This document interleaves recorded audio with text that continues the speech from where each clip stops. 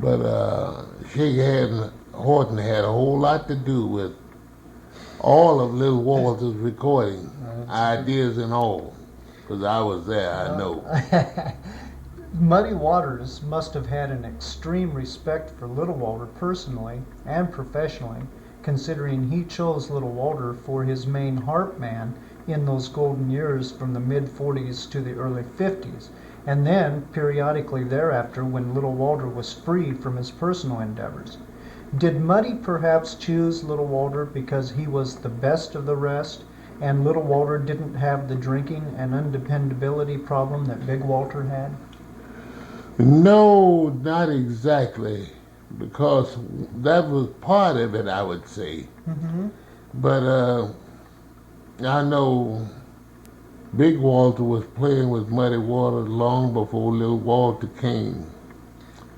And one thing about Big Walter, just as you said, he got to the place he was rather hard to handle on occasions.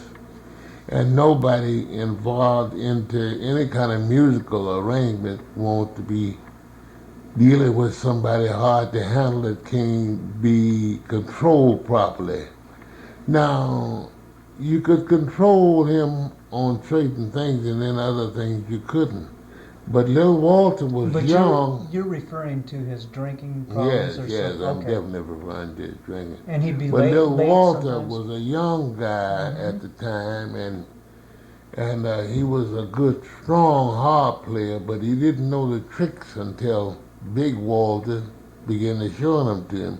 And after that, that's when Little Walter began to be known by some of the things that he was doing. But all of that first stuff that Little Walter was playing, Shakey Horton was right there with him most of the time.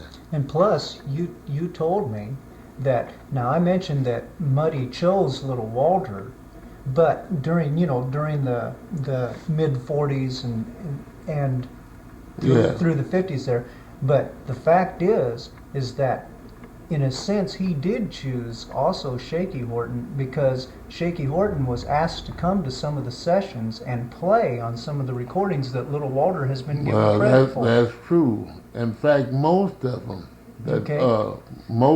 Shakey would always be there one way or the other. And maybe even before then, Little Walter, did he record all of his own harp work, or was Big Walter and or others called in to doctor up his work? That's when he had the Jukes. well, sometime he would and sometime he wouldn't. Okay, It clear all up to that depends. time then, huh? Yes, he was doing it even then. But most of the time when they first got the group together, naturally Walter was playing by himself. Mm-hmm. But believe it or not, every time he wasn't there, he was somewhere practicing with Shakey. With Shakey. Like that. That's right. All right, I love it. Okay. See, most of the people in that area, especially around Chicago, both black and white, if they tell you the truth, everybody found a way that they could get to Shakey Horton that wanted to play a harp. And the best way was with the bottle. I got you. I don't know that a lot of people really know this about you, but you were involved with many, if not most, of the chess recordings in this time, as far as being in the studio, weren't you?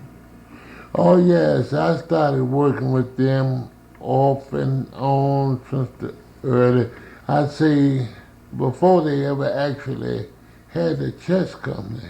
See, there are people all across the world and in Europe. When someone says Willie Dixon, they say, "Oh yeah, I know who that is. I know everything about him. He wrote Spoonful."